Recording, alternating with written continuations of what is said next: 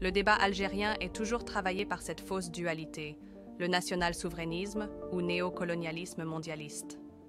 On oublie souvent que ceux qui surfent sur le souverainisme aux lignes rouges sont les mêmes qui ont signé et ratifié les conventions de soumission aux normes impérialistes.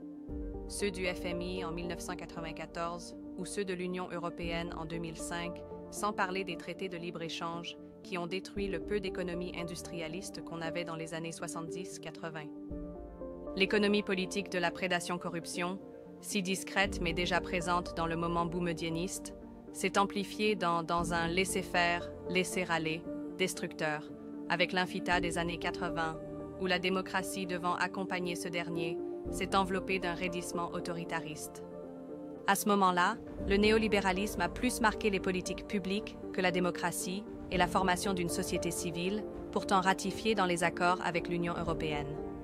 Et l'Union européenne ne s'en est pas vraiment offusquée tant que les intérêts stratégiques étaient pacifiés. On ne s'en rappelle que dans les crises cycliques, d'humeur et de calculs conjoncturels, plus que d'intérêts. Ce qui est surprenant, c'est la façon dont certaines élites s'incrustent drôlement dans ce jeu de circonstances, celles qui prônent les lignes rouges et la sacralisation de tout ce qui est algérien, y compris le pire, et celles qui suggèrent le principe qu'il faut arriver à tout prix à sa fin, quels qu'en soient les moyens, y compris leur externalité. Dans le premier cas, l'usure sans répit et sans éthique de nos chouhadas, seuls dépositaires historiques de cette Algérie indépendante, mise en avant comme outil de légitimation de tout y compris du pire. Dans le deuxième cas, c'est cette démarche d'applaudir tout acte d'ingérence et de tutelle pour exiger démocratie ou transition démocratique. L'essentiel, c'est de noircir la matrice Algérie et tous les moyens sont bons pour arriver à sa fin, celle d'éradiquer le système. L'intelligibilité politique, dans ce deuxième cas, est dans le maximum de nuisance au pouvoir, même si ça vient de Macron, de CNews, de Bruno Retailleau, ou tout simplement de cette boîte à outils universalisant démocratie et marché, et dont la neutralité est sujette à caution. Cette démarche, présente dans certains noyaux diasporistes, montre une certaine déconnexion de l'Algérie réelle. Ainsi, applaudir la motion adoptée par l'Union européenne parce que l'Algérie les a ratifiées n'est pas acceptable pour une institution qui impose son modèle néocolonialiste par des accords presque coercitifs et use de deux poids, deux mesures dans sa vision démocratique. Pour la liberté, Sansal, oui, Barghouti, non.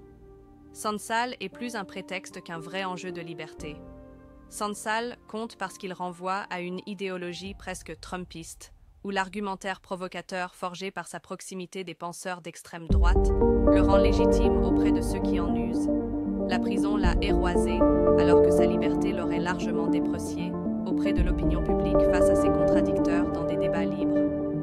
Dans cette confusion des genres, les réseaux sociaux se sont incrustés dans ce champ miné du politique public, faisant de l'Algérie un sujet répulsif. Certains influenceurs, auparavant invisibilisés, sont devenus l'événement, de vrais acteurs du politique algérien. Souvent ayant vécu le parcours tragique des Haragas, ils renvoient, de par leurs discours et leurs propos tiktocistes, cette image aux Français moyens, d'une Algérie qui mérite bien d'être domestiquée au vu de ce qu'elle dégage comme contradiction repoussante. Ces influenceurs du bas sont du pain béni pour l'extrême droitisation de la politique française. Haragas aux actes bien ambivalents.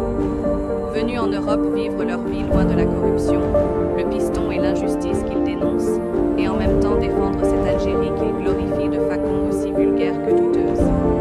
Invités dans les consulats algériens pour être briefés et en même temps lésés par ces mêmes consulats d'un passeport et de documents indispensables pour leur vie destinée à être informelle. Ces influenceurs, dont certains sont en prison, se retrouvent piégés dans une crise qui les dépasse, où l'inculture a autant prévalu que leur vulnérabilité. Les uns jouent aux défenseurs du pouvoir, quand les autres les dénoncent à Retailleau. Cette guéguerre de désespérado, manipulable à volonté, ne peut ne pas interpeller notre conscience sur leur destin social, leur précarité mentale et ce qu'ils véhiculent comme inculture que l'école, la famille algérienne débridée et la décennie noire ont fabriqué. Leur horrible approximation de ce qui est politique se retrouve en phase avec le lumpen politique, largement exprimé par nos gouvernants, nos députés, nos sénateurs, nos médias et nos religieux faussement savants et même certains acteurs de l'opposition politique. Belle caricature d'une diaspora de la souffrance, de plus en plus dans la marge des sociétés occidentales fantasmées, subissant le trumpisme à la française et constituant cette tragédie mondialisée de communautés informelles destinées à être invisibilisées pour laisser libre cours à la culture judéo-chrétienne, accompagnant la circulation libre des capitaux du CAC 40. Dans tout cela, on notera le rôle presque passif d'une diaspora élitiste, dédaignant ces résidus délocalisés de classes populaires algériennes et se focalisant sur les confortables feuilles de route, produisant à l'infini abstraction européocentriste et secondarisant la société réelle. La crise sociale, les prisonniers d'opinion, les cohortes de Haragas et les centaines de morts, le chômage, la précarité sociale, les féminicides, on verra après. L'essentiel, c'est la transition démocratique, l'état de droit, la libre circulation du capital et des marchandises, le réalisme politique et diplomatique qui nous libère de notre obsession anticolonialiste. Arrêter d'être plus palestinien que les Palestiniens, plus sahraoui que les Sahraouis, plus social que les socialistes. Bref, le paradigme algérien entre fantasmes politiques intellectualisés et vulgates populaires politisés. Beaucoup de chemin reste à faire pour renverser cette fatalité où l'introversion des idées et des engagements est le préalable à toute construction d'une nouvelle utopie émancipatrice des Algériens. C'est le seul cours possible de l'histoire même